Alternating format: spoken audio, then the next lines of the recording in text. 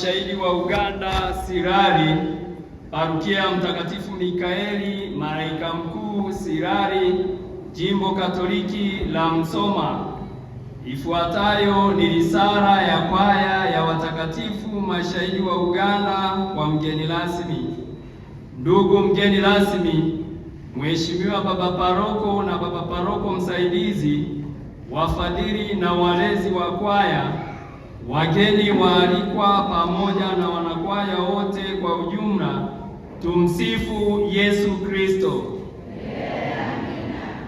Ndugu mgeni rasmi, awali ya yote wapendwa, tumshukuru Mwenyezi Mungu mwingi wa rehema kwa kutupatia siha njema na fursa ya kushiriki katika uzinduzi wetu wa albamu hii mpya. Pia kwa nafasi ya kipekee tukushukuru wewe mgeni rasmi pamoja na wageni wa sisi ni wa wote. Hata jana tulikuwa Tarime, kanisa la Turwa wa Sabato pale, lakini pia tuna majukumu ya maandalizi ya ujio wa mwenge. Kwa hivyo tunashiriki muda wote na wananchi na Wakristo na mtu wa kila aina atakayetuhitaji kushiriki pamoja na yeye, sisi tuko tayari. Majina yangu naitwa Victoria Gerard Mapesa, ndio diwani wa kata hii ya Sirari. Kwa namna ya pekee kabisa niwapongeze kwaya ya mashahidi wa Uganda kama kwaya yangu.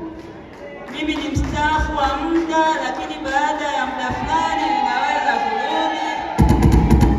Niwapongeze kwa jambo jema mlilolifanya, lakini kwa kazi ambayo mnaendelea kwa ajili ya kuinjilisha. Ni kazi ya utume, sio kazi rahisi, ni kazi ya utume, ni kazi ya majitoleo. Basi nisile muda sana kwa zoezi la leo. Naomba Jamhuri ya Muungano wa Tanzania.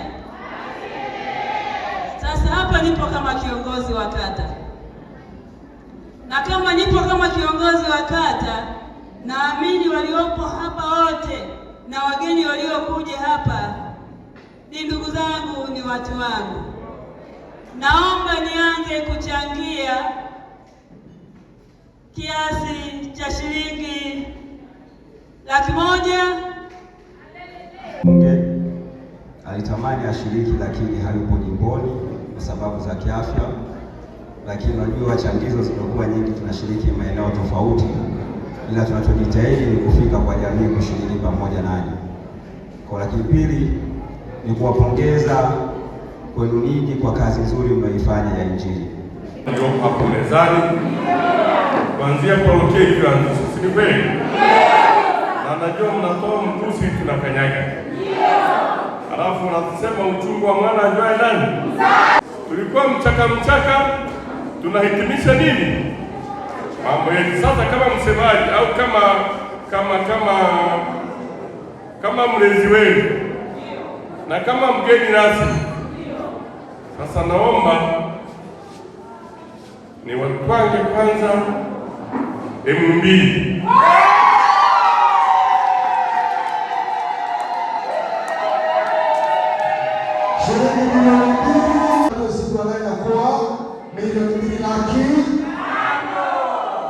Haya, wanasema siku zote unapoenda sehemu lazima unakuwa na mshenga. Si ndio jamani? Lazima ukawa na mshenga. Na rafiki yangu mpendwa sana nikamwambia nimebamizwa hapa, ninaendaje? Hata kwa baba mke lazima unaenda na rafiki. Akasema sasa ina kweli. Akanipiga laki ngapi? Laki 5.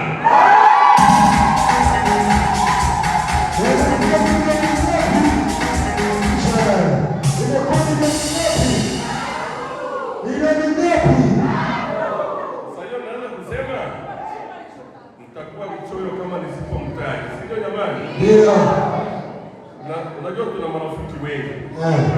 Unapoenda unabakiza wengine, na siku nyingine unaenda kwa mwingine ambaye amenisindikiza na hiyo, na kila siku huwa tunabebana majukumu ya hapa na pale, anaitwa Eliakimu Maswi.